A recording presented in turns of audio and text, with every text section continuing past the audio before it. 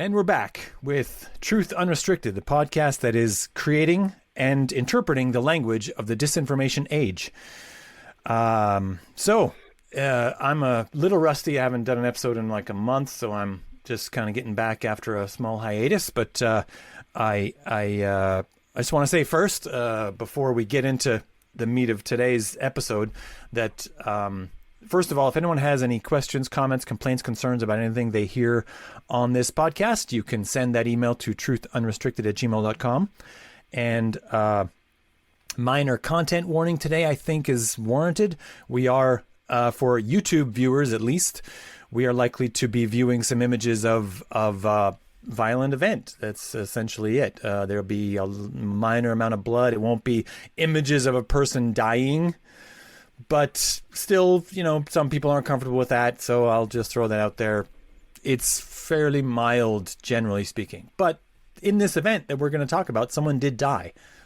So, unless someone here believes that they didn't die, but I don't think that's true. But some people do believe that no one died on that day. It's a thing. So, we're going to talk today about the Butler, Pennsylvania shooting that happened last year in 2024 on July 13th.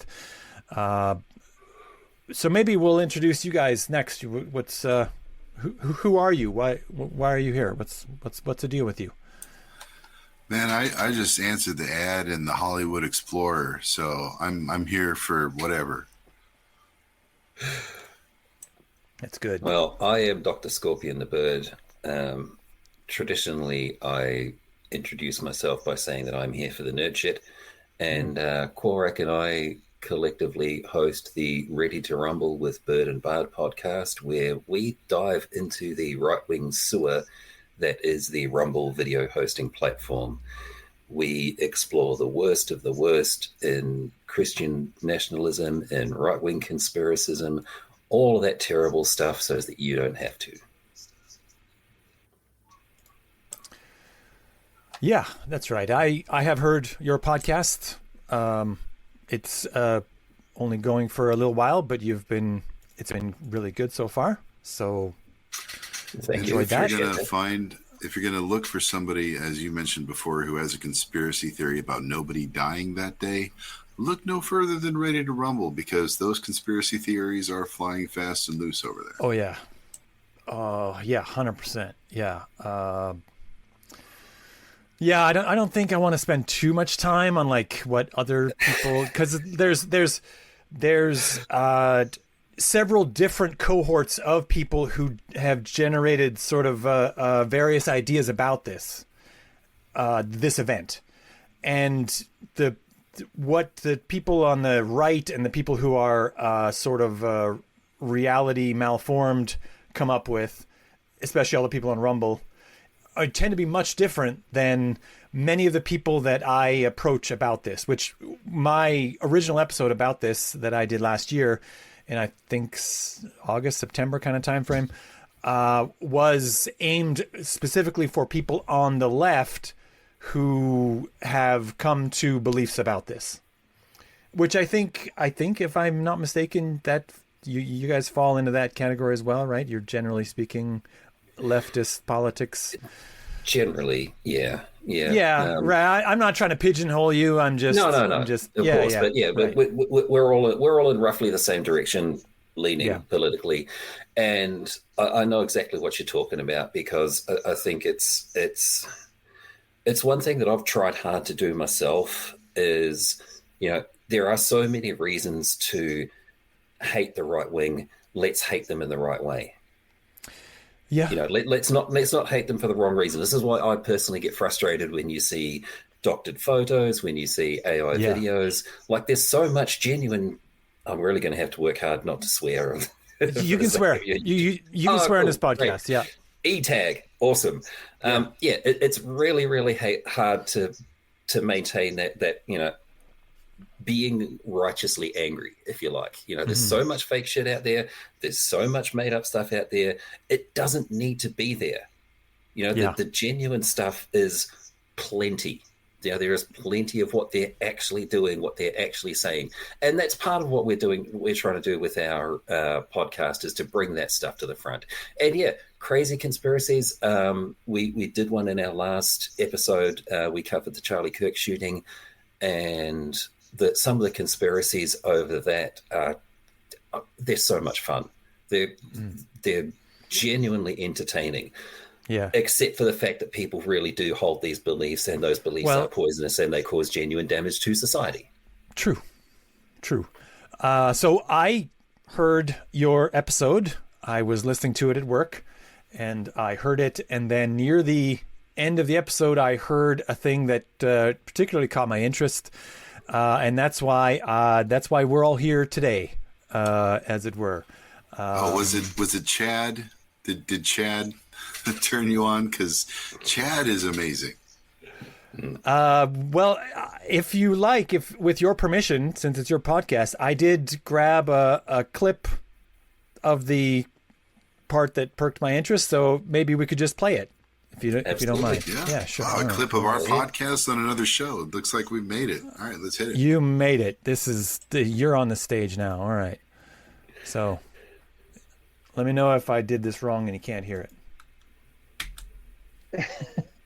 I honestly don't know what to add. I mean, when you're at a point where, like we said earlier, nothing upsets the Charlie Kirk fans more than quoting Charlie Kirk. And when you're at a point where nothing upsets the Trump fans more than quoting Trump, what does that mean?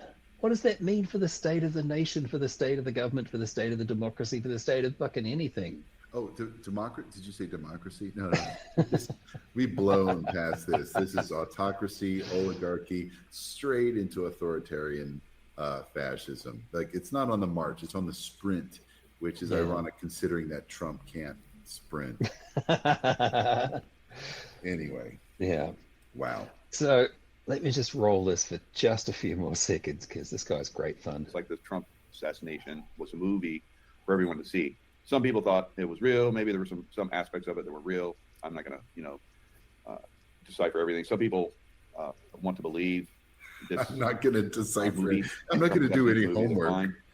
There's been enough of us that pointed out that it is basically a staged event. This was another staged event, as we're going to work this, decipher this to a certain extent. Where's Charlie? Yeah. Where's Charlie?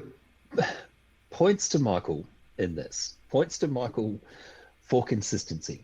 At least he's not trying to say out one side of his mouth that the Trump shootings were real, while at the same time claiming that the Kirk shooting was fake. So points for consistency. It's all fake. That's something. That's a worldview I can understand. Okay, right? Sure. Not one I agree with necessarily, but it's one I can understand. Especially considering now that we've seen close up what it looks like to get shot in the neck with a high caliber rifle versus what Trump produced on his ear, which given the amount of time he was on the floor and the amount of time it took him to get up, there should have been blood every fucking where, because I can only describe what happened to Charlie as all of his blood exited his body simultaneously. Like that was insane. Yeah. Yeah, the words arterial spray come to mind in the case of Charlie Kirk. But even if you don't hit an artery, I mean, everything above the neck is very vascular. Right. People die from bleeding noses. You know yourself, if you cut yourself shaving or whatever, it takes a long time to stop. Yeah. You don't get an ear wound that just leaves, 2 streaks of blood down the cheek. Right. You don't get grazed by a bullet and then just have a couple of drips of blood down the face. No, your ear is going to be a mess. Even if there's not a huge amount of actual tissue damage, which, it's all cartilage, of course, which doesn't grow back. So, and according to photos, there's no scar there. Well, yeah, I was going to say, according to photos, there was 0 cartilage damage. It's a Christmas miracle.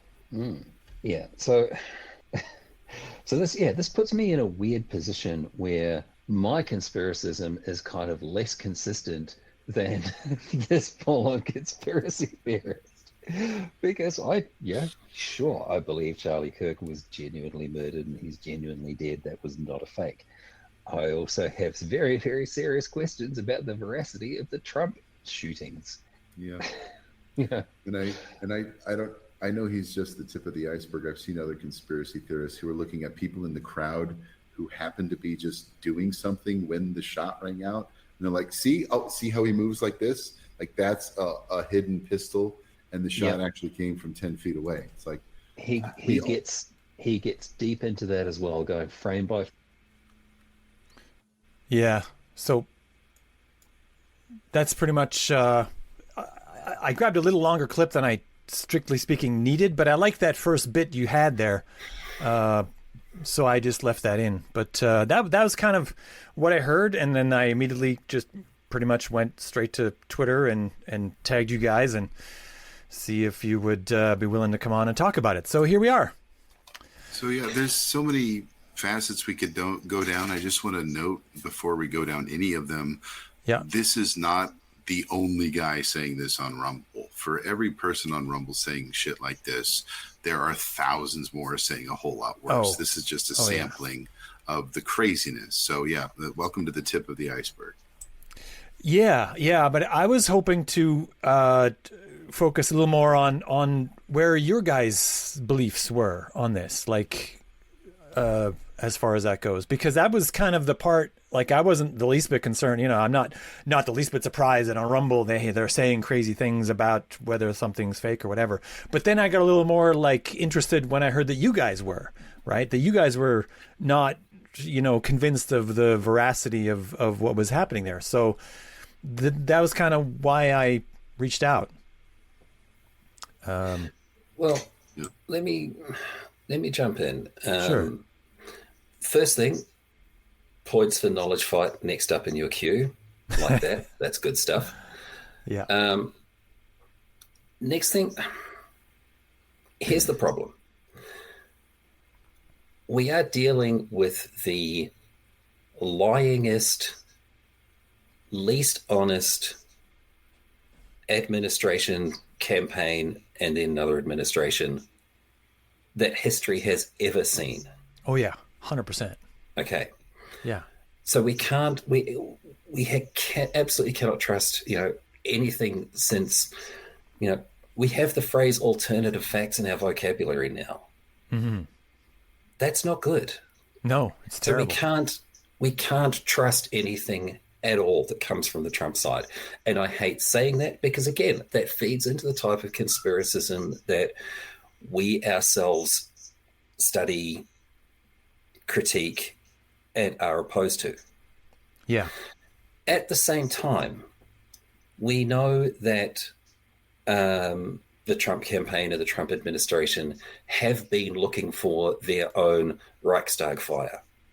They have been looking for their own Horst vessels. They used big balls getting the shit kicked out of them by teenage girls as an excuse to send the National Guard into Chicago or whichever city. I don't know. Right. I can't remember. Yeah. So, Washington, I think was, Washington. I can't remember. Yeah, doesn't matter. None of us live in the United States right now. So the point is, it's an event. It's an excuse. Yeah. Their action follows on from that. For sure. And against that backdrop, it's very, very tough to look at that situation such as it was and not consider all of those things that are abnormal. Now, as far as the setup for the shooting goes, the local cops. Can you trust the local cops? I don't know. Can you trust the Secret Service? I don't know. If I was setting up a stage and there was a flat roof with direct line of sight to my candidate, would I be investigating that? I think I probably would, man. And the phrase that you used on your show, assumption of competence, that's a really great phrase, and it's a really important phrase, and I like that a lot.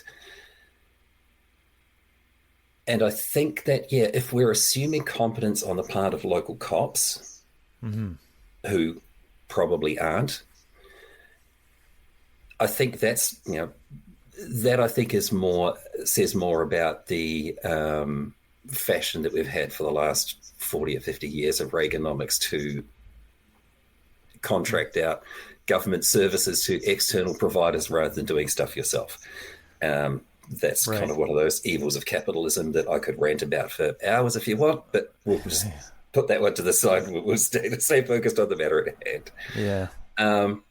So I think, yeah, we can assume that everybody was probably slightly off their game.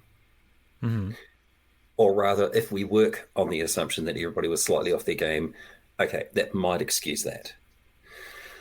The other thing that you mentioned on your show was there may have been an air of complacency, because it has been a while since a president got shot. You know, the last president to get shot was Ronald Reagan back in the 80s when what's his name was trying to impress Jodie Foster. And it's been since Kennedy that a president had actually been shot and killed. Mm-hmm. However, there were 13 separate attempts on President Obama's life that we know about. Mm-hmm. There were 12 attempts on President Trump's life that we know about. Yeah. There were only 2 on Biden's that we know about. I'm assuming that his opponents were just waiting for the Reaper. So I think complacency was probably not as much of a factor. I personally think that complacency was probably a much bigger factor on the part of the local police that were there to, do the support for this. You know what I mean? Like, because it's not they don't train for doing this. I mean, this was a factor that puts all kinds of weirdness in here. I mean, people examine this. The way I usually express things like this is that we've come to a point in our reality that people are beginning to interpret the world not as it is, not just as the information comes, but instead through the idea of how do I need to interpret this to justify my political position. And this is exactly how this situation was, where people looked at this and they said, okay, which way do I need to interpret this to get the best the best political outcome for me? And a bunch of people independently, and this is sort of a thing that I'm sort of surmising, but I think this happens sort of independently, where people just do this right now. And then they say, okay, well, it would work better for me if Trump looks bad in this. And he looks good if he's the heroic figure who raises his fist and yells, mouths the word fight to get the, crowd chanting and all this other stuff. He looks very heroic doing that. If he looks like he planned it, then it takes all the air out of that moment. And that works into how people are interpreting this. So then they look for, what is the thing that makes this look like it was staged? And then they use that as a lens to look at everything. And most people aren't looking really deeply. They're just looking for the part that they need or they want or they like, right? And that's where most people are. So, and if this is any indication, if the Alex Joneses of the world, who for every shooting say it's a false flag, these are crisis actors, et cetera, they are not coming out of the woodwork for this, where a man just gets grazed and he's got just a little bit of blood, and the paparazzi and the photos happen to be with him with the American flag behind him. Where are you guys at? Because this is total, if you're going to set up a scene to make somebody look like a hero so that they win in a landslide in an election, where are you, globalist conspiracy theorists saying that, Sandy Hook was a false flag, but this was 100% genuine? Where are you guys at? Yeah, that's the thing. If you're going to do it, this is how you do it. Right. Yeah. And which tells me, not that it's a, correlation is causation, but the fact that Alex Jones is silent about this and, all those other, if I was an Alex Jones type, I'd be like, well, Alex Jones isn't talking about this. That means it's real, because they are all of a sudden reticent to weigh in on something that obviously had some kind of conspiracy behind it. Not that like the Secret Service was in on it or anything, but a person at least conspired to assassinate the president, and the regular, usual suspects are all of a sudden silent on the subject. But it's Yeah. also not just Alex Jones. Like, Trump himself has been silent about it. You know, Trump Right. was born a bitched. grudge for 20 years against Rosie O'Donnell. I was just going to say, he complains more about Rosie O'Donnell than he does about the guy who tried to shoot him. Yeah. You know, Still. so it's not just so it's not just the events of the day that are questionable. It's also the response to the events of the day that are questionable. Right. And so, Well, again, I when think, you've got, yeah. Go ahead. no, I was just going to say, when you put all of that against that backdrop, let me try that again. Sure. Against that backdrop that Trump himself has generated, tough sentence to get out all at once. Yeah, you cannot blame people for really questioning the narrative. You know, Well, Trump himself has created this environment where nothing he says can be trusted. And so when you've got a lot of questionable actions, like the actions of the Secret Service when they got to him, allowing him to stand up like that, that is one where I vehemently disagree with you. Because I do not for a second accept that a well-trained agent who has had it drilled into him that the safety of the principal is paramount would ever let him stand right back up, straight back into the line of fire and wave his fist around.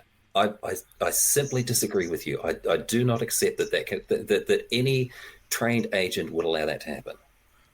I don't. At the same time, I've also covered this in my, it was mostly a tongue-in-cheek video on my YouTube channel, but I covered the same thing. There's footage of Donald Trump where there's a security scare and he is off the stage within half a second. Yep. And nobody pauses, nobody takes time for a photo op, and Trump himself is already shitting his pants. Like, this has happened multiple times, and all of a sudden with this time he's going to pause for a lengthy photo op, and we don't know how many shooters there are, if the shooter has been neutralized, et cetera, et cetera.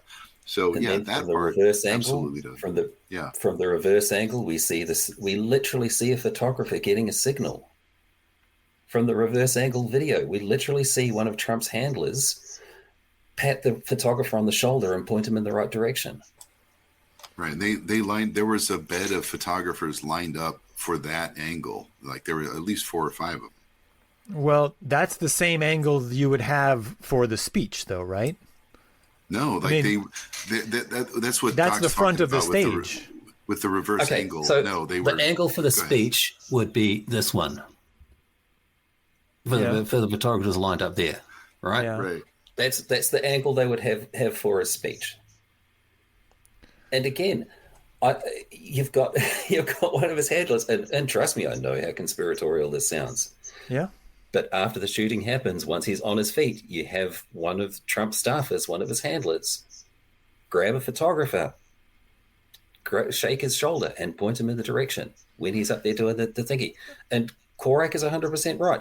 We've seen previous and subsequent security scares where they've had to get Trump off of the stage, and it's everybody cover Trump with their bodies, get him as low as possible, and shovel him off. So, again, this is one where I vehemently disagree with your assessment of the situation. I do not for a second accept that the Secret Service agents, if they thought there was a tiniest amount of danger, would have allowed him to stand up, wave his fist, grab his shoes, and then get him off the stage. Well, that's fair. I mean, first of all, the Secret Service, they're never going to tell us, right? They are never going to tell us. They are always, this is the ultimate bluff scenario. You know what I mean? They are, it's a game of poker where they never have to show their cards. So they'll always pretend like these were the cards. You know what I mean? So they'll always say that whatever they did was what they planned to do, because the situation for them is that our agents are trained to do all the right things, and whatever they did was the right thing. And then if it wasn't the right thing, privately amongst themselves, they'll get disciplined or whatever they get. You know, a lecture. I don't know what they get. Written up, or I don't know, whatever the version of that is in the Secret Service, right? But to the public, it'll be like, no, it happened that way because that was the way it had to happen for what we had. So, I mean, there are reasons why, like, I don't know why they stood him up. I don't. But there are reasons why you wouldn't whisk him off the stage right away, right? Because if the route that you need to take from the stage to wherever you need to go next isn't clear in that exact moment, then you're waiting, you're listening as a Secret Service agent on the stage. You're waiting for the all clear to take him away. That's what you're waiting for. I don't know why they stood him up. But you're overlooking a couple things, and that's already been stated. The fact that literally every other security scare ends with him being shuffled off within seconds. They don't wait. There's no, in those situations, do they have the all clear already? I mean, okay, so either different stage, different exit route from where you are to where the car is, like. So either you're suggesting that there in 99.9% of all the other cases there was clear egress, but in this one case there wasn't, and they had to pause, which has never happened. But you touched on the Secret Service, and I wanted to get back to that really quickly, because this is where like the January 6th committee gets short shrift. They actually got a Secret Service agent to admit during a deposition on camera that Trump tried to grab the wheel on January 6th. He tried to force his Secret Service driver to take him to the Capitol to lead the mob. And that's the most we've ever heard out of a Secret Service member under oath. So they were able to get that. And it like took you a said, lot to get that, though. It took a lot. So the Secret Service is going to be tight-lipped about what happened on, during the Butler shooting, but their behavior alone suggests that they weren't following standard protocol. That's true. Yeah, it suggests that. We'll never know. They'll never tell us, because they're never, ever going to say, yeah, we didn't follow standard protocol there. And sometimes we don't. You know what I mean? They're always, even if they're not competent, they're presenting as though they were competent, because this is like a card game and they win every hand. That's the thing they're trying to project. You will never have a chance to kill the person we're guarding because we are more competent than anyone who will try to. Yeah. I mean, at the risk obviously it's not true, but at the risk of presenting a false dichotomy, if we accept that this was not a staged event, that this was a genuine attempt on Trump's life, that means that the Secret Service was either incompetent, their protective measures failed, or they were not following their standard protocol. Which is still incompetence, right? Yeah. So and they're never going to admit either of those things. Yeah, we'll never know that. Which actually does make some grade of complicity not unlikely. Right. Well, okay. But all I have to believe are my lying eyes. That's all. Well, there's a few problems. See, the other problem that I didn't really go into in my original episode, but we'll kind of get into now, is that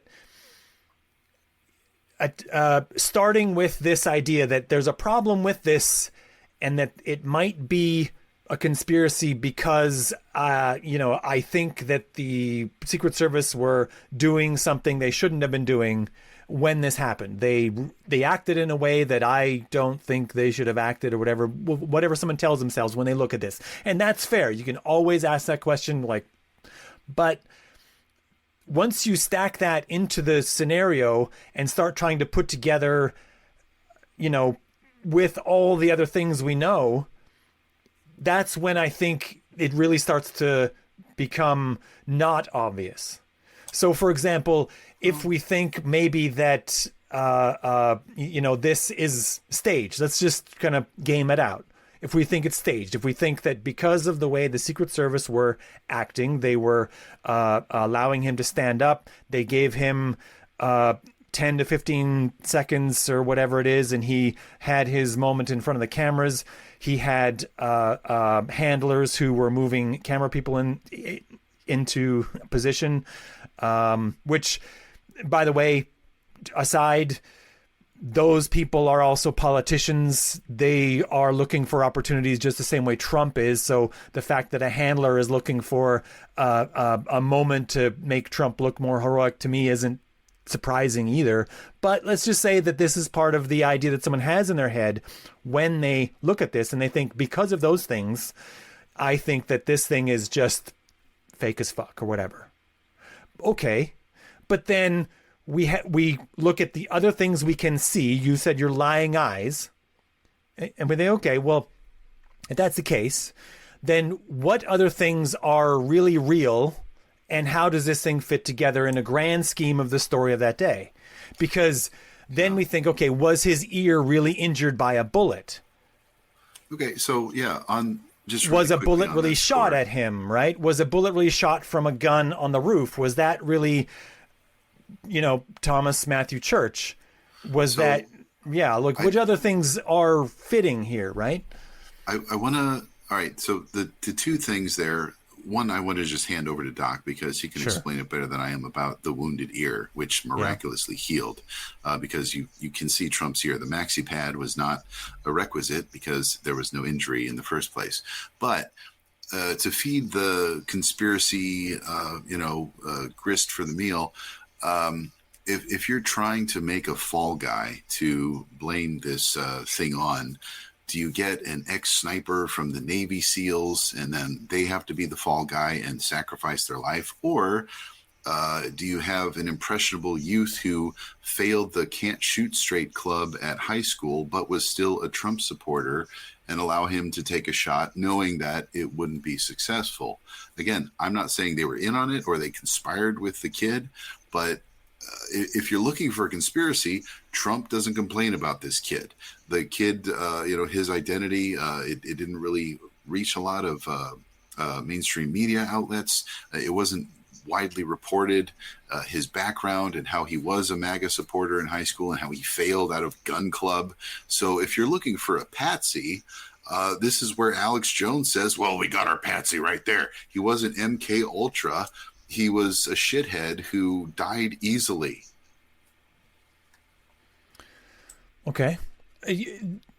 On its face like that, I agree. Like this looks like a nobody. And if you're gonna, in the place in your mind, like where you put this together as a staged event, that does fit in with that. This idea that this is a nobody who can just go away, and the shooter, who also dies at the scene, never gets to tell anyone what steps got him there, right, is not available for questioning, obviously, because he's no longer with us. Right. And that's the difference. I'm not saying that he was in on it or he was like bought out by the Trump administration or anything, but if you are going to play the conspiracy theory game by like the Alex Jones rules, this fit the globalist plot. Like, this is a wonderful little piece of the puzzle that we don't have to talk about anymore. True. This is exactly the thing that Alex Jones should have cashed in on, and the fact that he didn't is probably more like what I said about many people on the left looking at this situation and interpreting it based on how they wanted it to turn out. Alex Jones, I believe, did the exact same thing. He looked at this situation, said, this makes Trump look heroic as is. I don't need to change anything. Therefore, I just run with it exactly as it is, right? Other situations, he interprets some other way because that's the political reality he wants to affect. And I put in our chat, I don't know if you want to add this to the description after the fact, but I have a tongue-in-cheek Trump's conspiracy theory video, and I intimate the idea that because Alex Jones is not doing the usual Alex Jones thing, Alex Jones was in on it. So, that's not a very far leap for somebody who thinks like Alex Jones. Right. Hey, look, I think to add to that, all three of us are listeners to Knowledge Fight. All three of us have a reasonable knowledge of Alex Jones. And we know that Alex Jones is a relatively simple creature. He has a fairly standard playbook for things that happens, except when it comes to Trump. And increasingly, anytime it makes a right-wing figure look bad. Yeah, he has become a far more political animal. It wasn't that many years ago he was trying to convince us that he was above the left-right paradigm. He's abandoned that position completely. Yeah. I think you have to be the most ardent and dyed-in-the-wool of his supporters to genuinely believe that Alex Jones is a politically neutral person today. Right. Oh, yeah. He's not in any way neutral. No. Yeah. And so I think it adds weight to the conspiracy that this was not a complete. I'm not going to say it's staged. I'm not quite sure of the right descriptor here. I'm not going to try to pigeonhole you and like whatever. You know what I mean? I'm not here to lure you in and get you with a gotcha or something like that. I'm not. Yeah. But look, I genuinely did have my mind changed as I was listening to your episode. I hadn't seen those high-speed photos. I went and looked them up, and yeah, there is very definitely the path of a bullet in one of those frames, one of those 800th of a second frames. That's genuine. And the wound, let's talk about the wound for a second. Well, maybe we can look at some pictures, actually. I have a bunch here. Okay. Well, if you don't mind. As you pull those up, I would shift gears from Alex Jones to Tucker Carlson. I'm just asking questions. Was Trump in on it? Did Trump have awareness of who Matthew Shepard was? I'm just asking questions. Was there a blood packet that he had in his pocket? I hate the fact that they've turned us into just asking questions, guys. And I hate the fact that Korak has that song lying eyes in my head too. I will hate you for that. So, for listeners of the podcast, this particular episode is probably best viewed on YouTube because we have images here, but we're going to do a little bit to describe them. You're at the mercy of our level of description, however, so it is what it is. So, anyone want to take a stab at this? Is kind of one of the images that most people think about when they think of that day, right? This is Trump with his fist held in the air, and he's surrounded by Secret Service agents who look like they're all looking one direction, which tells me that they're in the process of moving him. And he has blood kind of smeared across his face. He's got like 2 smears, right? Some people have taken this image and modified it to have other things to make it look even more, in their minds, I think, make it look more fake than it looks, I guess, to them. But this is the one of the real images from that day. I think, to me, this looks like a general representation of sort of what you described in your podcast episode when you talked about the amount of blood and the just kind of 2 streaks across his face. So maybe I just thought we'd start with this image. And so from this image, I'm sorry. Oh, I know why. I need to mute the screen audio. There you go. How's that? Okay.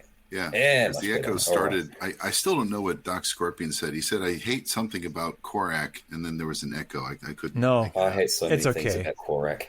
Yeah. You've heard it all before, I'm sure. I hate that you put the song Lying Eyes into my head. Okay, that's fair. Anyway, so we've got the image. We've seen the image before, all of us. There are 1, 2, 3, 4, 5 agents surrounding Trump. Not a one of them is making an effort to get him low. Not a one of them is making an effort to push his head down. They are pushing him off to the side of the stage. We can see 1 streak of blood extending from halfway along his cheekbone to his top lip.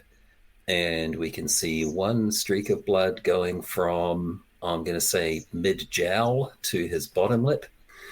We can see shadow at the top of the ear, and that's it. Yeah. Yeah, that's about right. Yeah. Yeah. Now... And sorry, go ahead. Yeah, look, I know this is... Look... As I was listening to your episode, Spencer, there were 2 things that occurred to me that I'm guilty of myself. Sure. One of them is arguing in the "this should have happened" format. And we've done a bit of that today because essentially in a situation like this, that's basically the only avenue that's open to us. And it's a very weak form of argument, and it leads to very weak conclusions. None of us can genuinely say that event A should have happened after event B. So, okay. All right. So, listeners, Spencer's put up a new image. Again, we've got 1, 2, 3 agents surrounding Trump. One of the agents' head is obscuring Trump's face, but right in the center of the image, we can see the ear. And as we zoom in, we can see blood along the top third of the ear. Might be a little trickle of blood curling down the ear to about halfway down.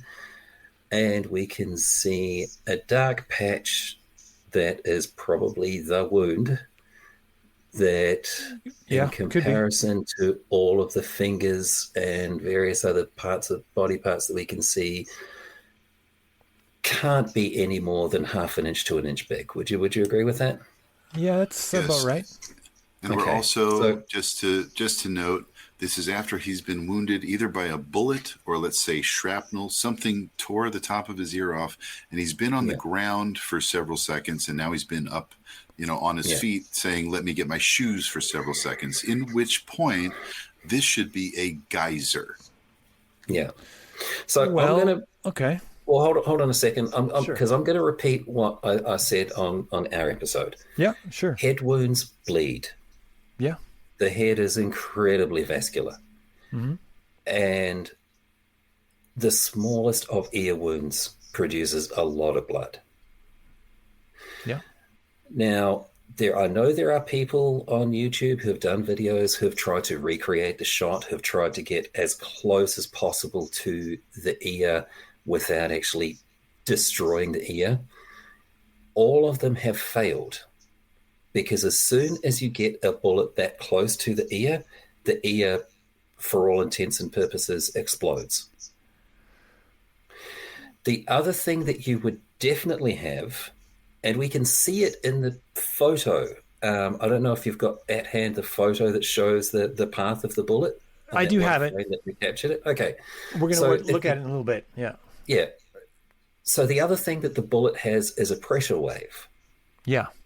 And a lot of sound. It will compress the air right near it, which by the way, means it doesn't actually need to truly touch the ear in order to damage it, because that air compressing near the ear skin will damage the skin as it grazes.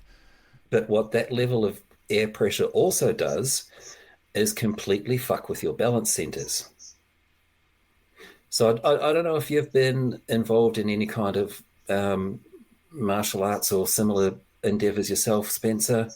I have. I've had my ear struck once or twice, and it doesn't take much air pressure coming directly into the ear canal to wobble the eardrum, to knock those 3 little bones around, and to just... the reason you fall down is that your balance center essentially switches off. You just can't stay vertical anymore. When you get boxed in the ear, yeah, and that didn't happen. True. It's difficult to say how far from the bullet the air pressure would change. Like, so what we're talking about then is a bullet that came close enough to break the skin without touching the cartilage, and a bullet that broke the skin but did not apply pressure to the eardrum and did not knock around the balance centers inside the ear. Yeah. Yeah, that's pretty much, And didn't shred any of the surrounding skin. Like, if it came as close as it supposedly did, the whole right side of his face should have had some kind of damage. So we're looking for a bullet that broke the skin but didn't touch the cartilage, which I accept that, if it gets close enough, then it doesn't need to touch the ear, just the proximity of a fast moving object, sure. But yeah. So we're just zooming back in on that picture. Yeah, of ear I'm just again. grabbing a couple of other images of the ear just because we're talking about it, right? I'm trying to... Yeah. All these images, by the way, are available from sites if you pay for them in much higher resolution than I have. I don't have very good resolution because I just kind of screen grab them. But that's like several hundred US per photo, and I'm not paying for that. Someone else can do that. But yeah, you could get this in a much higher resolution than it is. And we have a special guest on the camera. That is Spencer's cat. For YouTube viewers only, this is the kind of special attention you get, is a cat that doesn't want to be held. She is beautiful. She's 1 year old yesterday. Is that a happy Blue Point birthday, Siamese?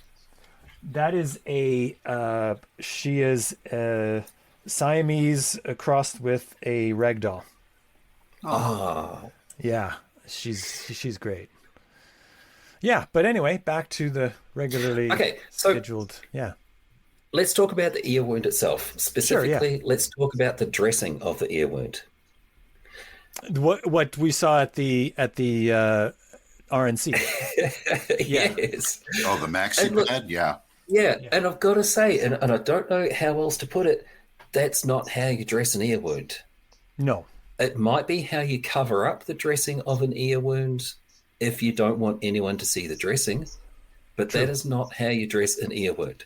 It's not how you apply a protective cup to an ear wound, because if you need to cover the ear, there are sort of almost semicircular, semi-spherical cups that go over the ear that then get strapped onto the head.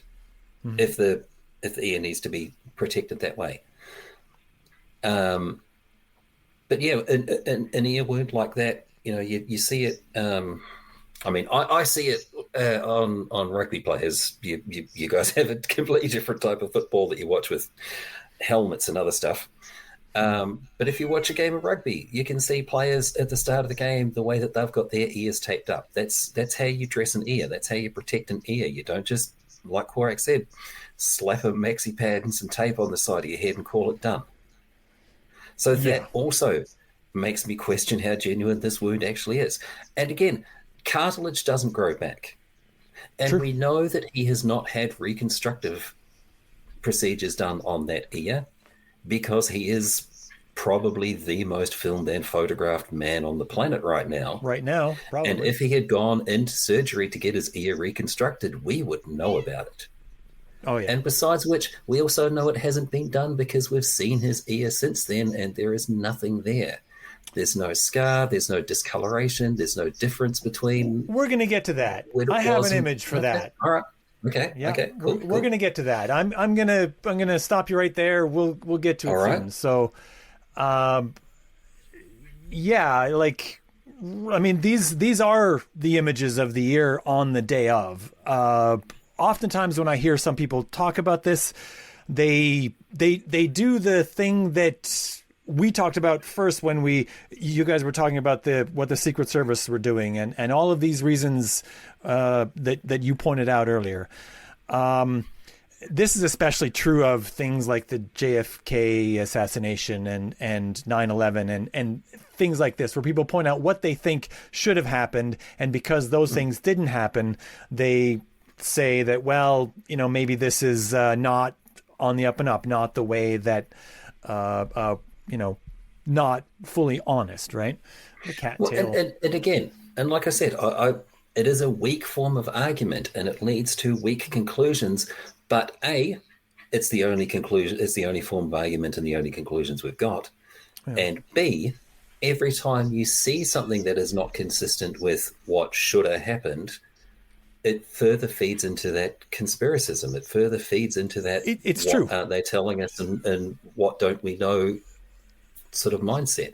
These are things absolutely that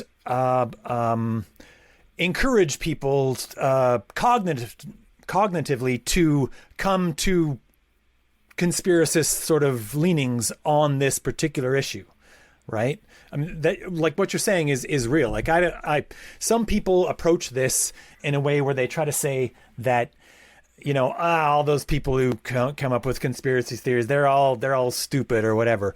And I don't do that. I don't think that it's these beliefs fold along an IQ line, right? It's actually much more likely that being above a certain IQ line makes people more likely to trust their own judgment ahead of other people's judgment, and therefore trip up and sometimes come to conspiracist leanings on things like this and other things. You know what I mean? And so this is why it's foolish and short-sighted and, in my opinion, the wrong way to look at it, to try to dismiss people who come to conspiracist leanings as lacking intellect or whatever. Because in my experience, that's not really true. And it also tends to just push those people further away and make them more unreachable. So I don't want to make it seem like I'm looking at you guys and go, oh, look at these chumps. They think that this is whatever. Like, a lot of people have come to conclusions like what you have come to for the same reasons you have. And, you know, in my opinion, once you put more pieces in, it starts to fall apart. So you pointed out that you don't, you know, you're not convinced this is a wound that would happen by way of a bullet that's traveling at that speed. Right. And so, and this is the thing that other people have said. They said, okay, well, maybe he faked it. Maybe he, you know, I mean, wrestlers do this. They take a little, they hide a little, you know, thing in their ear, and they nick their ear, and then it comes up with some blood. And it is a real thing wrestlers do. They nick their ear for this reason, because the ear bleeds well, but if there's no large stream of blood. So while it will be an impressive amount of blood, it won't be enough blood to ever harm them. And it looks good on the canvas to have that, and it looks like something really dramatic happened. So this is a real thing that wrestlers do. There's other spots on their body that they might nick to make this happen, but the ear is a popular one just because it's also, you know, not really actually very important. The cartilage on your ear is not that important. It's easy to get to. So the level of blood is measured on something called the Muta scale. Oh, really? After professional wrestler, Japanese professional wrestler named Muta, who, particularly impressive blading of his ear that essentially basically just covered both wrestlers in a thin sheet of blood by the end of the match. It was really impressive looking. I have had my ear bleed before as well, from frostbite wound, if you can believe it. I live in Canada. One would ever have frostbite in Canada, you know. But I got the frostbite. It formed a scab, and then I picked at the scab, and underneath it bled, and it bled good. It bled good, like Yep. Absolutely. And if you've seen wrestlers with cauliflower ears when they pop, if you've seen boxers or MMA fighters with cauliflower ears, or doesn't even need to be cauliflower ears, but if you just see people who get a solid punch to the ear and it bleeds, you know, half their face is covered in blood in the space of a second. Right. Yeah. Well, ear wounds on the earlobe like that, up in the thing, they do bleed. But I think this is a fair amount of blood. I mean, it pools. It's on the inside of his ear. You can see a trickle coming down into the ear. You can see it on the outside as well. Some people also think that this I'm is sorry, just I'm just makeup. really sorry. Just to jump in. Sure. Yeah. That's a skinned knee. That's not a bullet wound. That is. It's not. I've seen worse. I've seen worse falling off your bike onto a road of gravel. It is. I mean, I'm not here to say it's something other than it is. I mean, I'm looking at the same thing you're looking at. We're looking at an ear. It's red. We have to presume it's blood. Some people think that this is makeup. That when they were in the scrum on the stage, that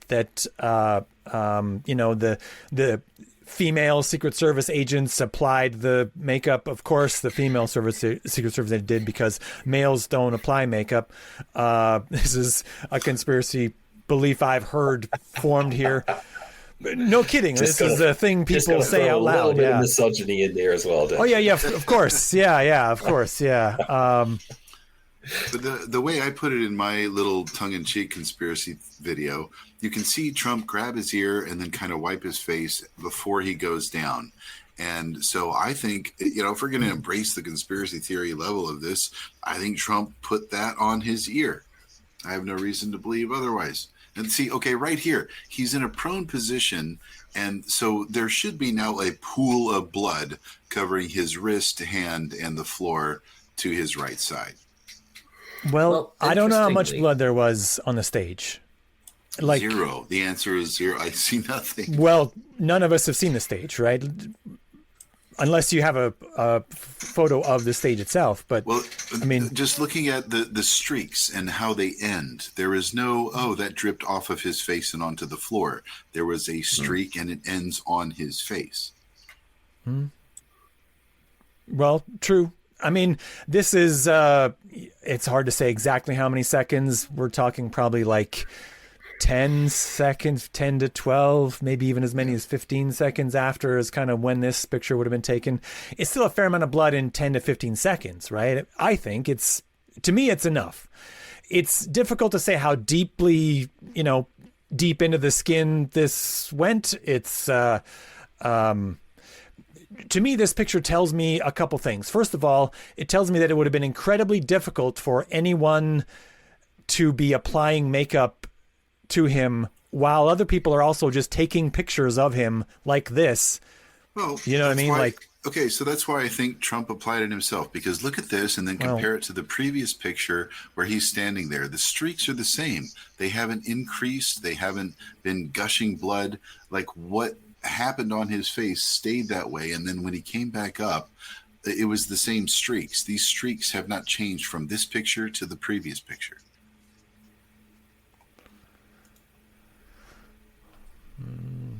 Where am I? Yeah, it was like the first. Yeah. Okay. So that's what we're seeing with him on the ground 15 seconds earlier with more time for the blood. It looks also like pour. Something has wiped down his face right along the side between just in front of the ear and before the cheekbone. It looks like someone or something has wiped down because there's also this smear of blood here. Yeah.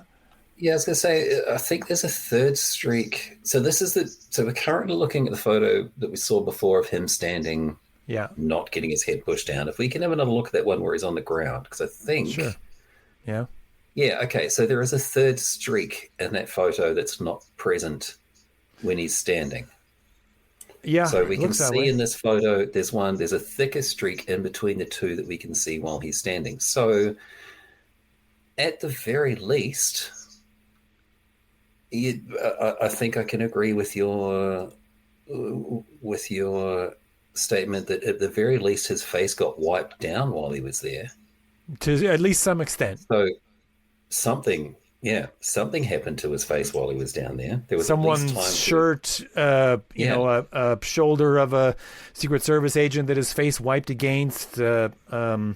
Difficult to say exactly what it is. Obviously, it's a scrum. It's confusing. But that's what it looks like to me. Here. I disagree with Korek here in that I don't think it was makeup. I think it was genuinely hurt, but I am of it was a piece of shrapnel, a splinter of glass or something camp. I do not accept that it was a bullet. I think it's far more likely that it hit a screen, hit a piece of bulletproof glass, whatever. I know that people have debunked the teleprompter theory, and I'm happy to accept that, but I don't know what sort of screens or pieces of glass or whatever were around. I mean, did he have his usual, sheet of perspex in front of them that was holding his notes? I don't remember, to be honest. But yeah, I don't know what else was around. But yeah, again, I just don't see a bullet doing that.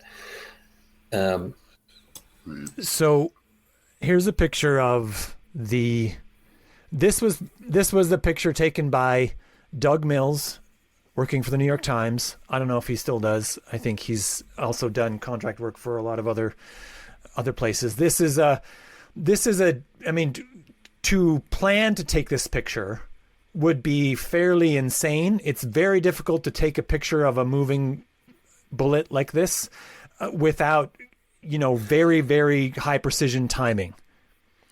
So some people say that the fact that this exists definitely proves that there's some kind of planning involved. That's also questionable. I don't know how you What he was doing at the time was that he had his finger on the button, on the shutter button.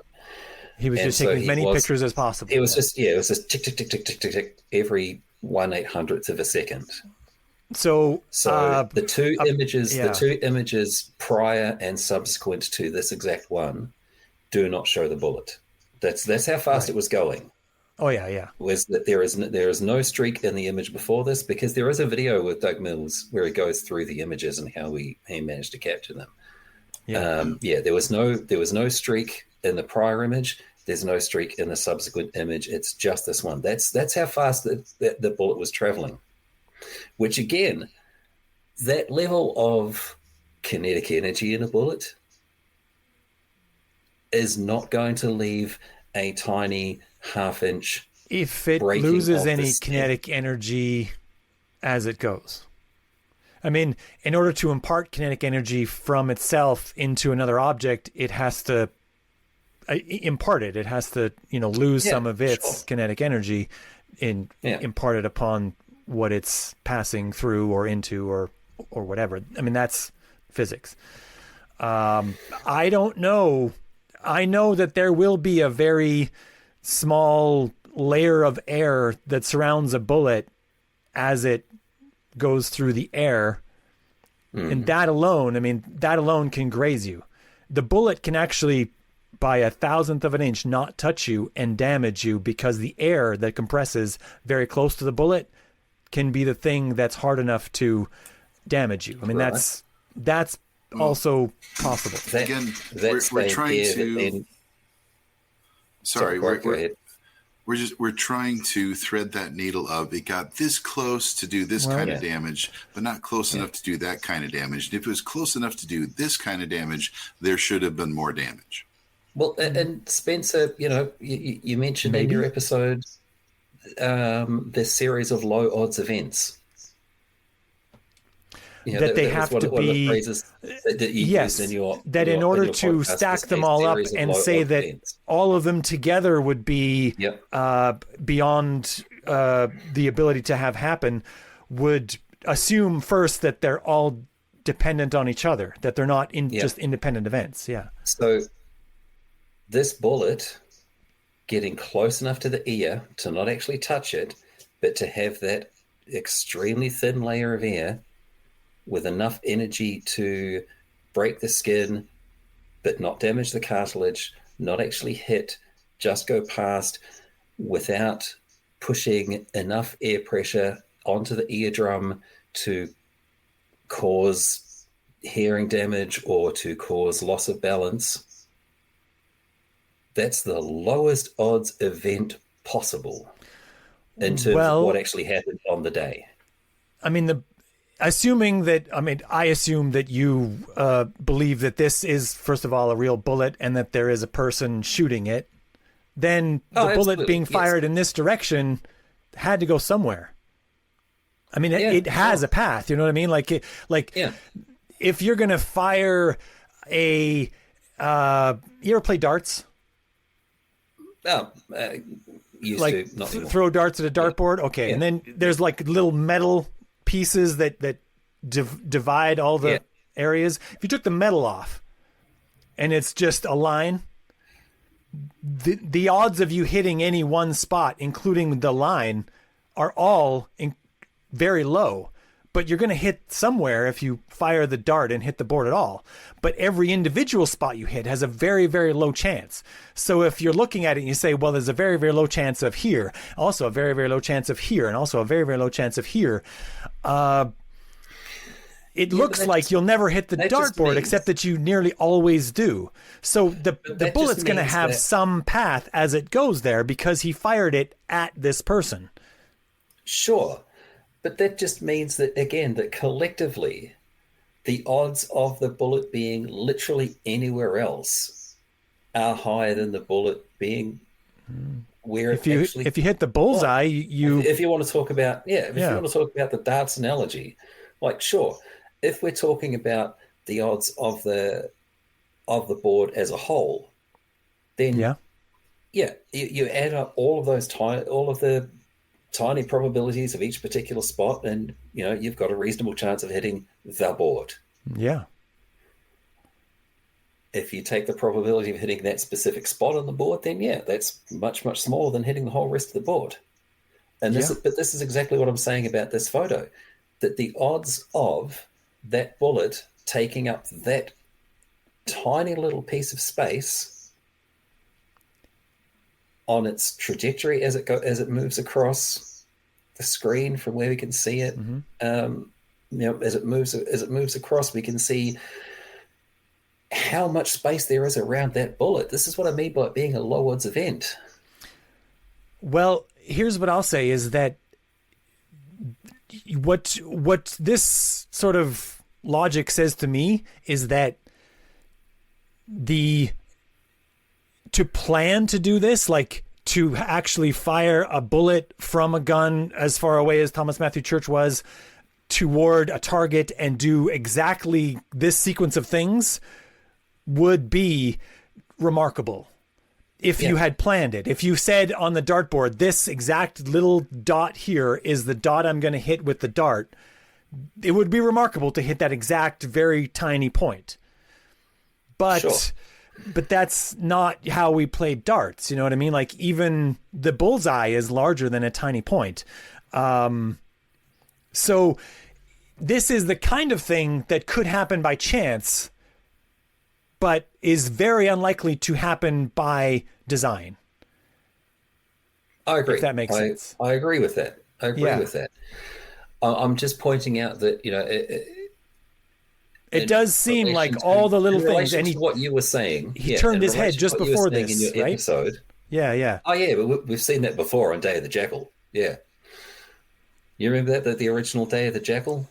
No. An English guy is trying to assassinate the president of France. And then the president of France. Is that a movie? Yeah, the president of France. It was a novel by Frederick Forsyth first, and then it was a movie that got made in the 70s, I think, and then it got remade in the 2000s, a really terrible Bruce Willis remake. And then I think they just remade it again for Netflix with Eddie Redmayne. Was it Eddie Redmayne? I don't know. The point is, in the original, it's an Englishman is trying to assassinate the president of France. Yeah. And so he's got him lined up. He's got his shot. It's perfect. The gun's calibrated. Everything goes in. He's about to squeeze the trigger. He does squeeze the trigger. And then the president of France leans in to kiss the guy who he's giving a medal to. Just moves his head. Because, English people don't do that. I agree. Very, very low odds event.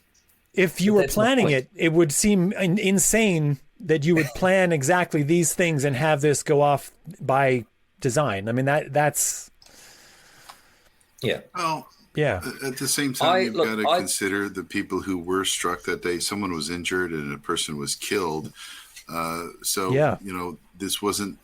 If you want to really embrace the conspiracy theorist side of it, I say that he was... not necessarily in on it, but they knew he would attempt and that he would suck at it and there'd be collateral damage.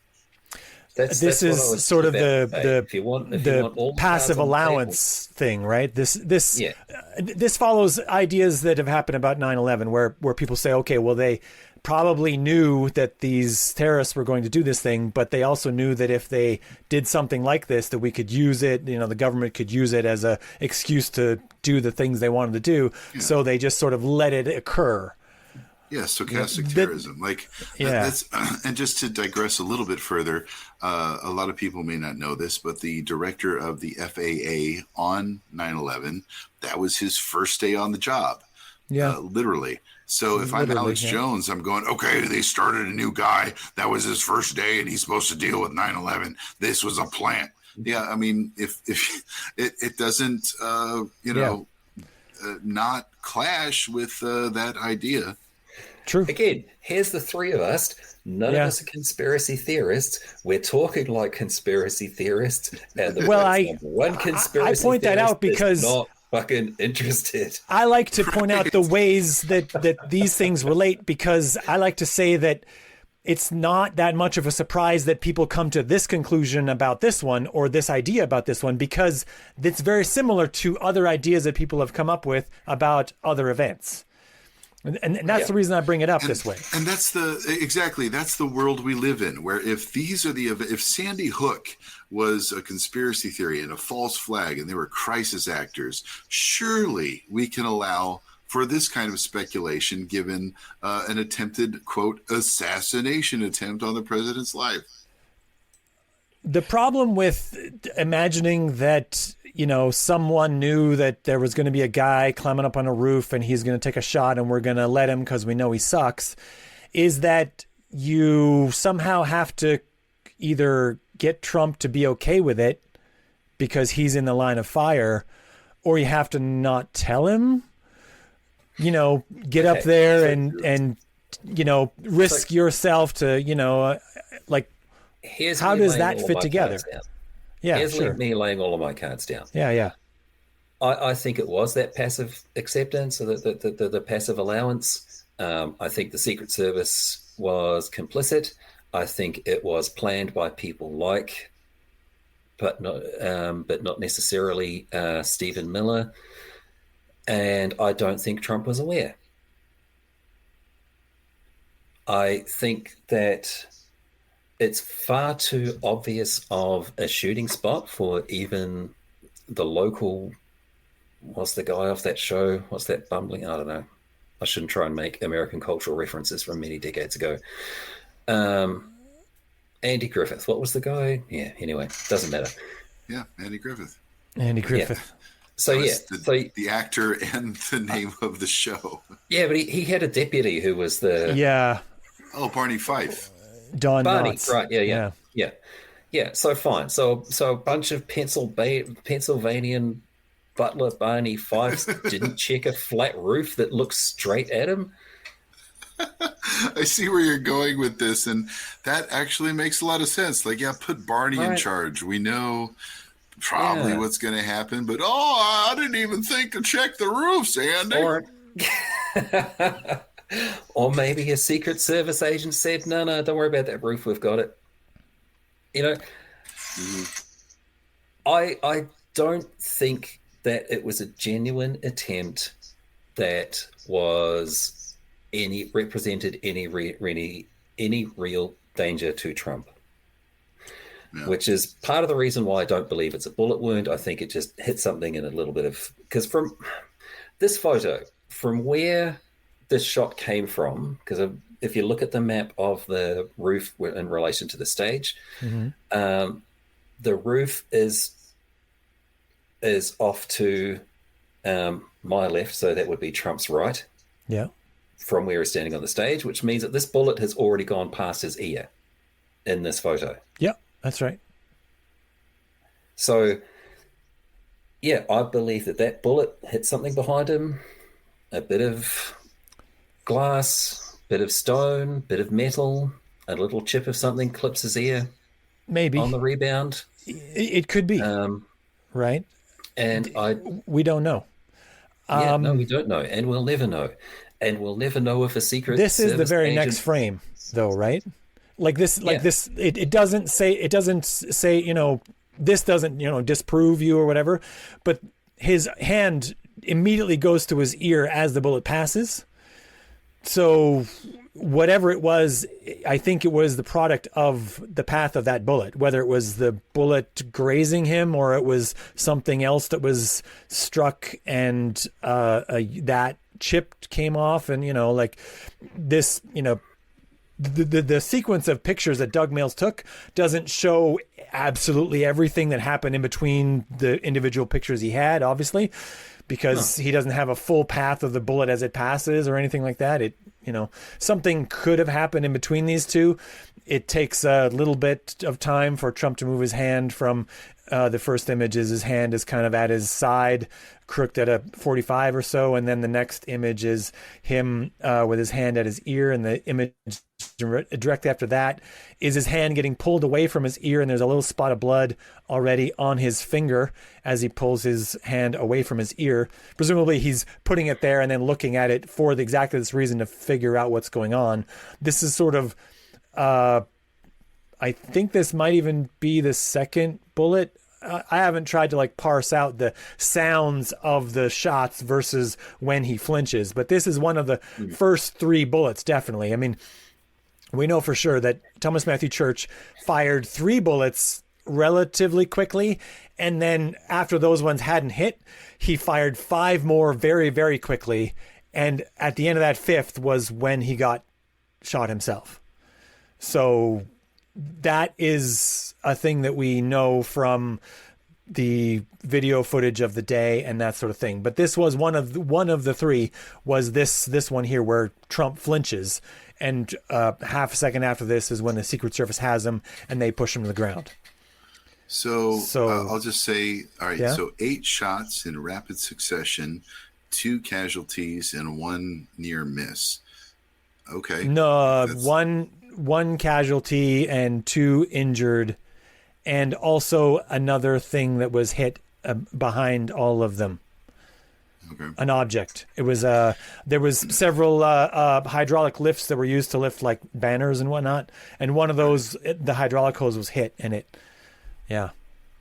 I mean, I'm just thinking about the what was it, the Texas massacre, where there's a mass shooting with a shooter from an elevated position from his hotel room, and he got like 60 people in 12 seconds or something like that. You're talking about Vegas. Yeah. The Vegas shooting. Yeah, at the outdoor concert. Yeah. So this is a picture of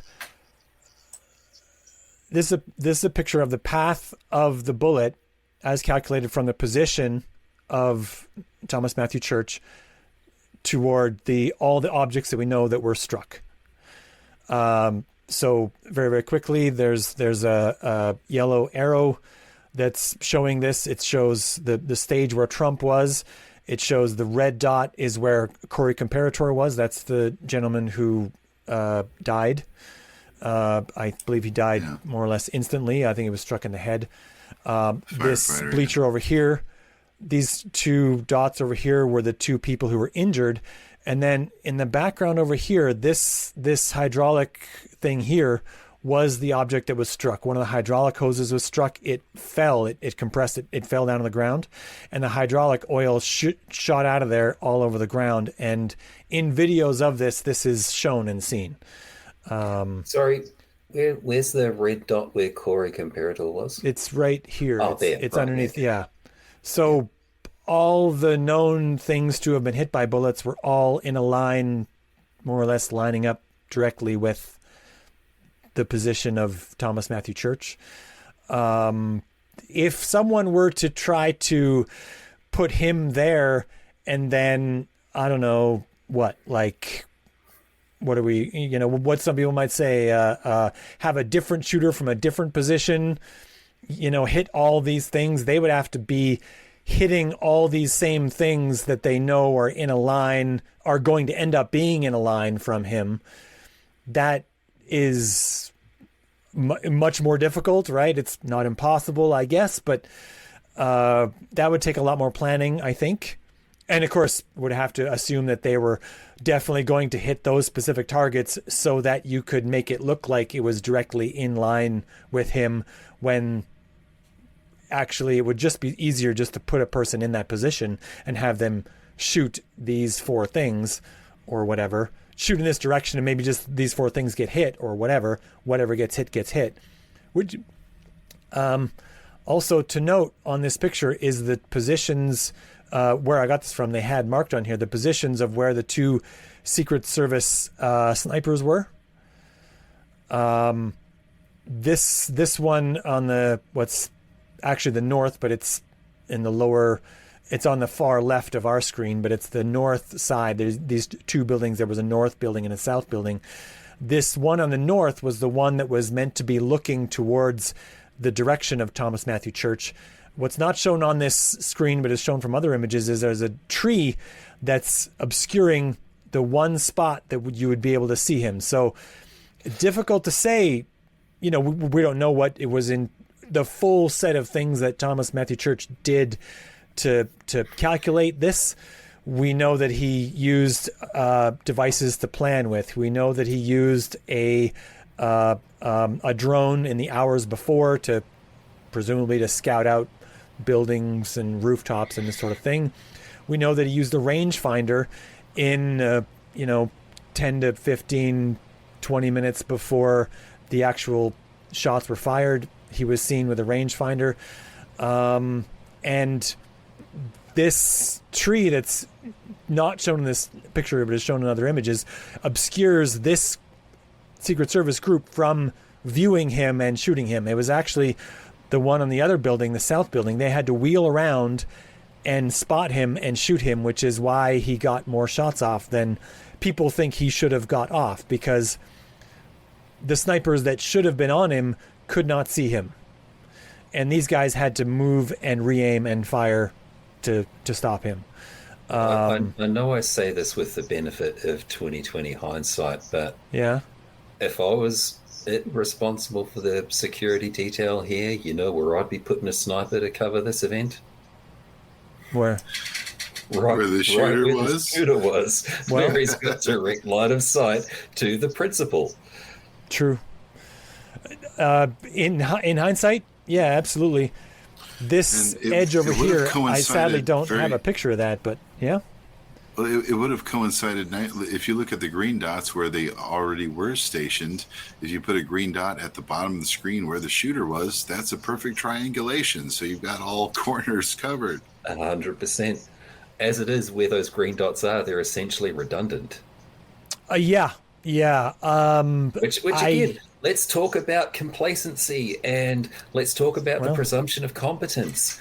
Sure. You know, this does not look like someone competently setting out a security detail to cover all possible angles for this event. Keeping in mind, this was Trump the candidate, so Yes. there is a Secret Service detail. This was not Trump the president.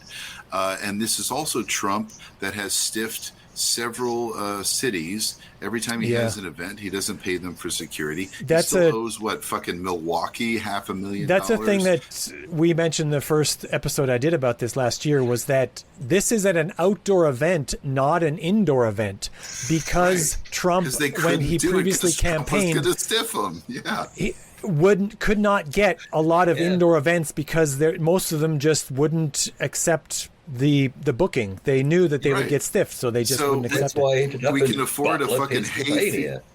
Exactly, a fucking hayfield in Iowa. We can do that because everyone's going to bring their fucking tractors anyway. It doesn't matter. Yeah, he's already been blacklisted by every goddamn arena in the country.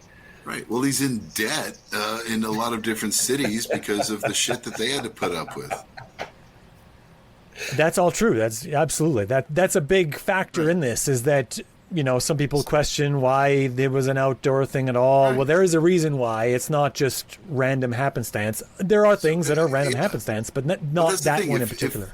If we're going to go down the road of conspiracy theories, look, there were enough real-time events that are well documented and publicly available that say, okay, well, this pushed us into this kind of scenario. Was it all by design by the globalists? No. Trump's a dickhead. He's stiffed other cities, so he has to have it in a fucking hayfield, and that's where somebody could get a shot off. Yeah. So we talked earlier about his ear. So I got this picture here. I'll pull it up. Open.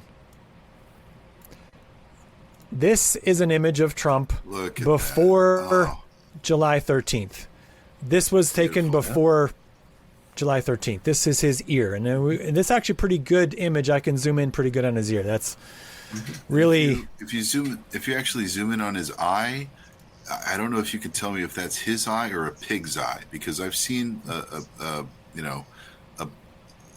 side by side, and it's hard to tell. If you only see his eye and you only see a pig's eye, it's really hard to tell. Pig's eyes are very similar to human eyes. Yeah. Especially if you're So are several other organs. You've seen those pictures where somebody's put his lips in place of his eye? Yeah, not a huge difference. All right. Okay, here we go. Yeah, This is an image tiny after. Yep. Okay. And I believe Tiny that should little still mark. be there because I don't think he's...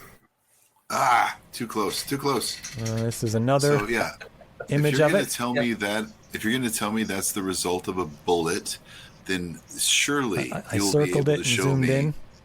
Yeah, I get it.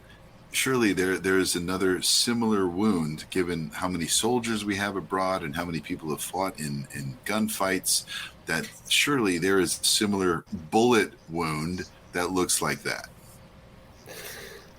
Well, here's what it doesn't look like. It doesn't look like a slice from a razor. I mean, that's, to me, it doesn't look like that. It also, to I'm me, not, doesn't look like a supersonic round just whizzed by. If it was a slice from a razor, hold on a second. If it was a slice from a razor, the angle that we're looking at it, it was a slice as opposed to a cut.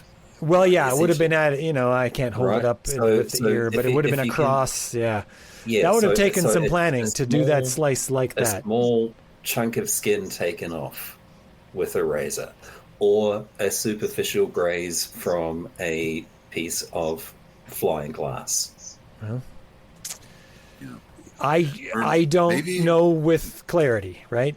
But I mean, maybe Melania threw a fucking vase at his head. But I've seen grazes. I've seen grazes from bullets. Right? They leave huge scars. They can. They definitely can. I mean, a friend of mine from here's another thing to think about is that the skin isn't exactly the same everywhere in the body. There's 3 or 4 layers to the skin, and those layers have varying thicknesses depending on where they are in the body. The skin on your ear is very thin. All layers of it are very thin. So what you'll see as a scar or what's left over on the ear will be different than what's on your leg, for example, right? I mean, that's also a factor in this, is that people compare this sometimes thinking it'll be a one-for-one comparison. They think, there was a graze I saw on someone's shoulder and it looks different than the thing I see on Trump's ear. But that's not a one-to-one comparison, because the skin on your shoulder is a different thickness of the various layers than the skin on your ear. So I agree. Yeah. Because again, we're engaging in exactly the type of argumentation that was just it was very, very bad. As if this should have happened. And you're right. None of us have seen a bullet wound to an ear before. We have no basis for comparison. Right. Yeah. We can only compare it to other bullet wounds we've seen and the scars they leave behind on other parts of the body. For example, a friend of mine from university who had a bullet wound across the back of his hand from where he escaped the Ethiopian army that was shooting at him. Right? And it's a significant wound. It's a significant scar. Yeah. And I can't reconcile what I've seen from that type of bullet wound with this tiny,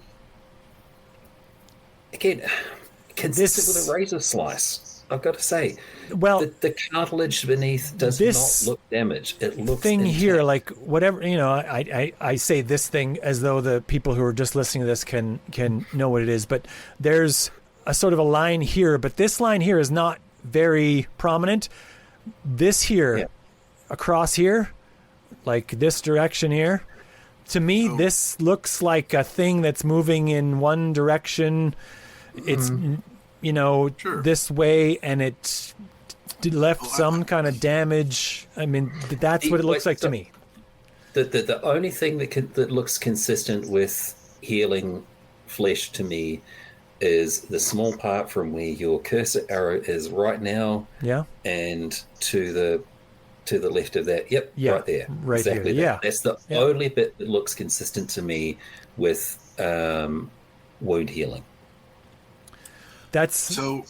Well, That looks let like it to me. ask you, Yeah, sure. So since we're spinning tails out of school here, Spencer, what do you think happened? I think that a young man who was probably suffering some level of depression, mental illness, tried to do a thing to make his life worth something because he felt it wasn't ever going to be worth anything. And he did it by taking a shot at a famous person. And the nearest famous person to his shit-ass small town in Pennsylvania in the time when he had the thoughts to do it was big-time former presidential candidate Donald Trump.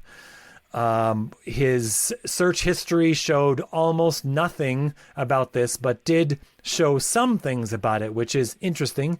It tells us that he used the internet to look up a few things for it, but it would be weird to think that he used some other method to look up other things about it, like, how do I do thing X or Y or Z that we think someone might have used the internet to look up, but not use it for those things like when is Donald Trump coming to town kind of thing, right? Was, I think, something like what he searched for, and that he found that he on July 3rd was when this event was announced. He learned about it on July 3rd, and it appears by the timeline of events of his life, that appears to be when he began planning this over 10 days. And that's what he did. If we're trying to imagine that it wasn't him doing this, that he's some kind of patsy or something, that he didn't actually fire these shots, I don't know what sort of scenario that looks like, because then we have to imagine that he did die on the rooftop, but that he didn't shoot anything. So he's volunteering to die based on something, but that's a very strange thing for a human to do. I mean, the story you have to concoct to make that work sort of doesn't fit with what we usually think of what a human does. If he just wants to just die, then he can just die. You know what I mean? Like, he can find other ways to commit suicide. There's all kinds of ways to do it. I think that it's troubling that we have now a phenomena where people want to do this and they do it by committing some violence so that some law enforcement, does it for them kind of thing. This sort of suicide by cop. This is much more dramatic than that. When we've seen people do that, they do it in a way that's, we've seen people do that by spray of bullets into a crowd and then wait for the cops to show up and then keep shooting at them till they're forced to end their life kind of thing. That wasn't exactly this, but it fits a mold sort of like it. And I think that he, went there, he fired some shots. The shot where the path this bullet went would have ended Trump's life if not for him turning to the right just at that moment. Some people try to tell themselves that this is a sign that this was a thing that was planned, that Trump got a signal to turn his head at just this moment. But that story runs into the immediate problem that you have raging narcissist who values his life above those of his own, likely even his own children, who is willing to stand on a stage and, trust all the pieces to be in place to turn his head at just the right moment, which I think really, really strains credulity that he could knowingly put himself into the line of fire for this. He's not nearly courageous enough to do that. I don't think he would trust anyone in the world to fire those shots, even if they were just right at his ear, which also would be very damaging, right? Given the, a bullet fired right near your ear. But from any distance at all, I don't think he would trust anyone to do that. In this scenario where he's, someone knows that there's a guy that's going to climb on a roof, or maybe they even arrange for that guy to get on the roof because they callously don't care about Trump's life, or they know that this person they're getting to do this is somehow incompetent enough that they are certain it's not going to cause enough damage. That's interesting, except that we don't, you have to put a whole bunch of other things in place to make that work. And that gets into sort of the 9/11 conspiracy problem, which is how many people are involved in this thing in the first place. The larger number that have to be involved in a conspiracy always forces it to be a thing that's unbelievable at some point, because how many people are involved, right? Like, if you imagine that's the case, then either they had a method of communicating with him that none of the investigators could find, or the investigators had to somehow be in on it so that they could, delete all the incriminating stuff. You know what I mean? And those investigators were police in Pennsylvania. So already you have many different layers of this thing that have to fit together, which sort of, in my view, makes that fall apart. It's Occam's razor tells us that it's much more likely that it was just a kid who was troubled, who had access to a weapon that he probably shouldn't have had access to, who was clever enough to evade the law enforcement that was in charge of his side of the fence. I mean, all of that was happening sort of on the outside of a fence, right? I mean, we didn't go over as a set of details that we put in place, but law enforcement was meant to overlook that side. They had snipers, but I don't even think they were trained as snipers. They were just put in position to sort of look good. They were in windows. Those windows were not ideal for this sort of thing. It didn't have a wide angle view through those windows. You'd have to lean way out on those windows to kind of look over even at where he was. It's also not clear that he knew that even, versus him just kind of looking at this and going, well, okay, I'm going to come up here because they're over there, kind of thing. He did climb up there. We have all the video of him running across the rooftop in the minutes before, like 1 minute before the shooting. We see him running across that rooftop. He's seen with the rangefinder. It's noted in some of the details 15 to 20 minutes before he did it. So he was looking at that range at that moment. He was standing next to the building with the rangefinder. And so to imagine that it wasn't him is to imagine that he did all of those things to make it look like it was him and then volunteered to die, which is a very strange thing to say. To imagine that it was him, but it was like planned to be him, is also like, why would he need the rangefinder if he's being like shepherded and guided to do this? You know what I mean? Like, all of that stuff needs to be like acted by him, and then he still, volunteers to die for something that's not clear. And of course that includes the idea that investigators, shuffled off all the evidence of this and, memory hold it or zeroed it out or whatever.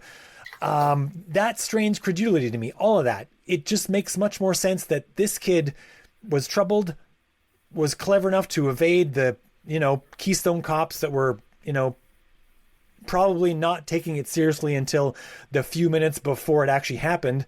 And then by then it was too late. Very, very likely there was breakdown of communication between them and the Secret Service. Probably that they weren't communicating effectively between their groups to let the Secret Service know that, hey, this kid's using a rangefinder. Hey, this kid is, there's a kid who's doing things, and in the minute before, hey, he's climbing on a roof or whatever. There were police who knew to look on the roof.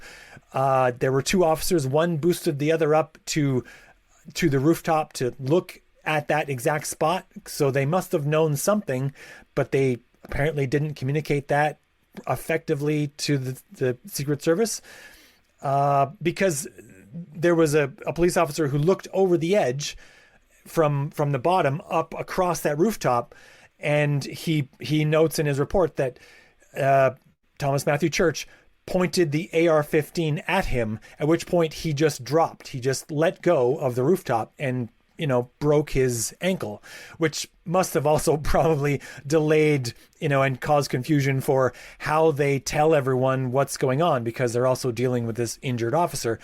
In the he reports it as like 45 seconds before the shots went off, which again, it's difficult to say for sure exactly how accurate that is, as far as 45 seconds versus 30 seconds versus a minute. What point does he call 45 seconds? Was it 45 seconds when he climbed up, or did it 45 seconds after he dropped?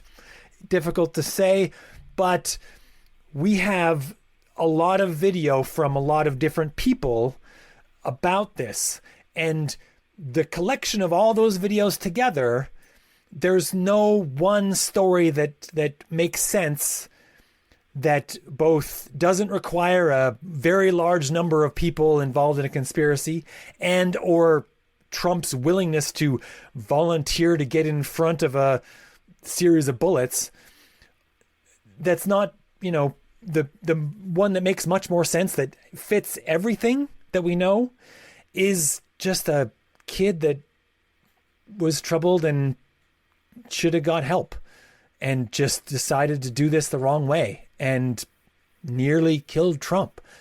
I think that it's possible for a smallish bullet to compress the air very near the ear, cause some damage, to cause some bleeding, and leave this mark that's clearly going in a,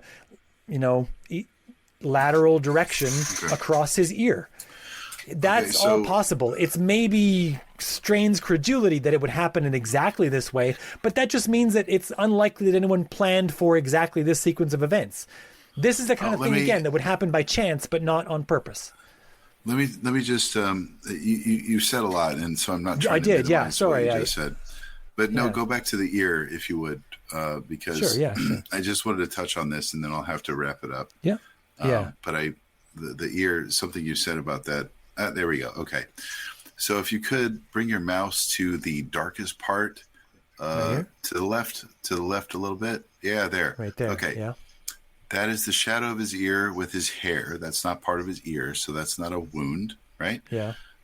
Move to the right. Yep. Yeah, we got that. Now move to the right further still. Yeah. To the next. Yep. Okay. Now move the cursor down to underneath where the red circle is, onto his ear, like the regular part of his ear, under the red highlighted area. Go further down, down, to the right, to the right. Yeah, to the right, a little bit further up, just under the circle. Yep. There are splotchy part, like his ear looks like that. Just forget about the red circle. Look at the rest of his ear. There are splotches. He has bad skin, and he's old, and he uses bronzer on his skin. So I don't see a bullet wound or a recovery from a bullet wound there. I see the same splotchy pattern that is represented throughout the rest of his skin. And that was just a tiny detail, drop in the bucket of what you just said.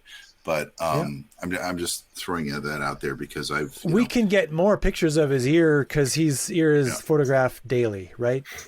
This is one I grabbed because it had a fairly good view of it, but there be more images of it today, right? Like I challenge everyone to go look at his ear now, zoom right in on that thing. What do other people see, right? I mean,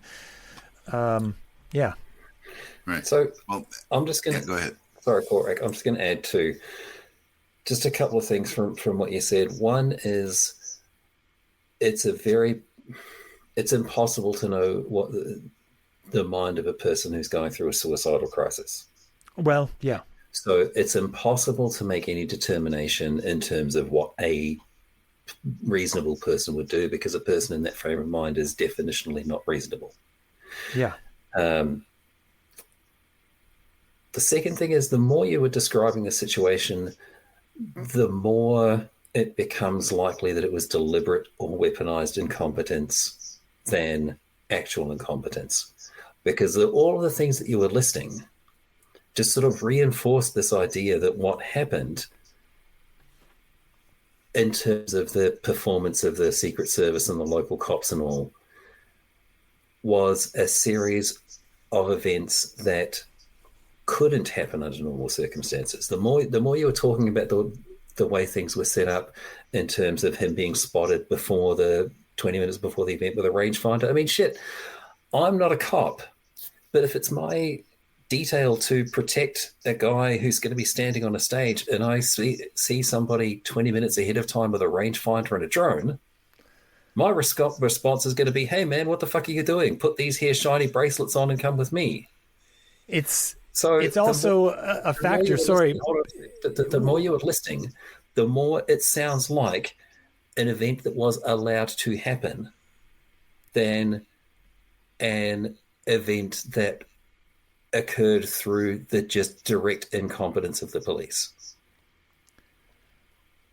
Well, I mean, I can't definitively disprove that, obviously, but I will say that even the idea that it was allowed to happen requires a fairly large number of people to have known about it in advance and to be part of the plan. And that's always problematic as far as conspiratorial thinking goes, right? That's never... That is one thing we can agree 100% on as a person. I'm sure we've all done group projects before. I'm sure we're all well aware how much you can trust the other person to do their part. So I agree with you on that one. To have a conspiracy is highly unlikely. That whole thing about three people can keep a secret as long as two of them are dead. Yeah. But anyway, I'm in the same position as Korak. We're getting about the 2-hour mark and so I too have other responsibilities to attend. So sure. Final thoughts, anyone? Well, Spencer, thanks for having us on. It's been fun to kind of bat this back and forth and just kind of chew on it, because there's plenty of unanswered questions and a lot of weirdness that I think will never get answered, but, can be dissected by a bunch of nerds like us. So, I appreciate the time, man. There is a lot of weirdness, right? And I have wanted to have conversation like this with some people who were, unsure of some things and were unconvinced or were felt strongly that there had to be something, right? So I thank you for coming on and being open enough to talk about this, right? Like, some people don't want to talk about it. They think I'm just going to chew them out, or I don't know what they think I'm going to do. You know what I mean? Like, but I don't want to I'm not here to, chew anyone out. People believe what they believe. They think what they think. I think that we should, until there's a definitive reason to think it was a conspiracy, I personally think that we shouldn't put any thoughts, any more oxygen into this myself. That's my position. But I mean, I'm not trying to say that the people who are thinking this are, what would be the word, defective in any way. You know what I mean? Mm. Again, I'm going to disagree with you there, because I am plenty defective. And if we have another conversation, this isn't evidence of the defect. This isn't evidence of the defect, is what I'm really saying. Everyone's defective in some way. Yeah. Look, I just want to echo what Korak said. I had a great time. Really enjoyed the discussion. And if you want to do this at any point in the future, you know where to find us. All right. Great. So I'm going to let this play out as we're done here, if you don't mind. This is the video that I show people when they are more, as the common parlance is, pilled than you two are about just what level of fake this is. This is a series of videos from various people, and some of them from networks that viewed this live. Some people think that all the images from this could have been faked, but of course, some of these were shown live as it happened, so it's hard to fake them live. You know what I mean? But one account on YouTube took all these and they synchronized them up so that views from multiple angles are shown as they line up to the timeline of events. And to me, anyway, the only explanation that explains all the things in this one video is that it was just a guy that got on a roof and took some shots. but people are welcome to form their own opinion, of course. But yeah, I'll just let this play, and then we can kind of sign off as we go. Sound good? Sure thing. Sure. Okay, here we go.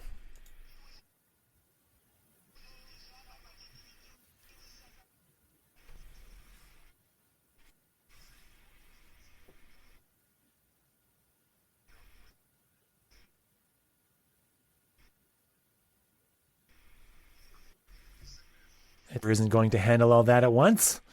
Of course it isn't. This is why we can't have nice things. This is the worst MCU post-credit scene ever. I was just going to say, it's great podcasting for the listeners. Yeah. They're going to watch. Well, That's okay. I warned them that we look better on YouTube. We've overloaded Spencer's system. That's okay. Yeah. Okay. Well, again, where can people find you both?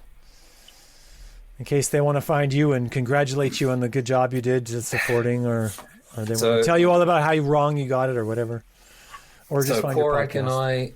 Korak and I are both fairly active on Twitter. You can find us relatively easy. I'm Scorpion_Bird. We have the Ready to Rumble with Bird and Bard podcast, which is on Apple Podcasts and Spotify and on Podbean. Our recording schedule is erratic, roughly the same as Spencer's at this stage. I think we're about a month between episodes for our weekly podcast. So yeah, we've just completed a 4-part on the way that Rumble viewed the deaths of Charlie Kirk, Hulk Hogan, and Ozzy Osbourne. And we'll get back to the regularly scheduled examination of right-wing shitbags on our next episode. Yeah. Yep. And I'm literally on minute 24 out of minute 84 of the current episode, so it is being edited. It is almost in the can. Meanwhile, I've got my own channel on Atheism 101. That's youtube.com/@antitheistsuperstition. I also have a Patreon, patreon.com/KorakTheBard, where you get early and exclusive access to everything that we're doing. And on the Atheism 101 YouTube channel, I debate theists, and my latest was with Doug TeNapel, the creator of Earthworm Jim, who turns out to be a super Christy MAGA dude. So that was a fun conversation, and many more like it on my YouTube channel. That's great. And I personally think that what you guys are doing with the Ready to Rumble is it actually is important work. It exposes people to a thing without letting them find it for themselves.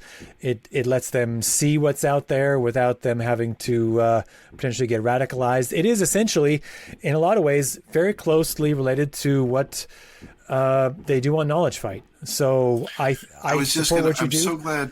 Yeah, I'm so glad you brought that up, because that's a big inspiration for me, and Doc and I both listen to them, and it requires a couple of dedicated nerds to be like, do you realize what's going on this side and the crazy that's coming from there? And of course, I don't have time to listen to Alex Jones 8 hours a day. Neither do these guys, but they turn it into a podcast and distill it into, this is the crazy that's coming out of the right. So that's been an inspiration to both of us, and that's why we do Ready to Rumble. Yeah. And Spencer, I'm really glad to hear you say that about, informing people without exposing them to it, without having that radicalization channel open, because that was genuinely part of the plan, part of the overall mission statement, if you will. So I'm really I'm very happy to hear you say that. You're succeeding, so I support you and that success. Keep going. Fantastic. Thank you. But if you have other conspiracies and you put them on your podcast, I might just saying this might happen again. Open invitation to you to call us out anytime. Well, all right. That'll happen. Next time we're going to talk about the gold standard, brother. All right. Thanks very much, Spencer. Great. Thanks. Appreciate it. Yeah.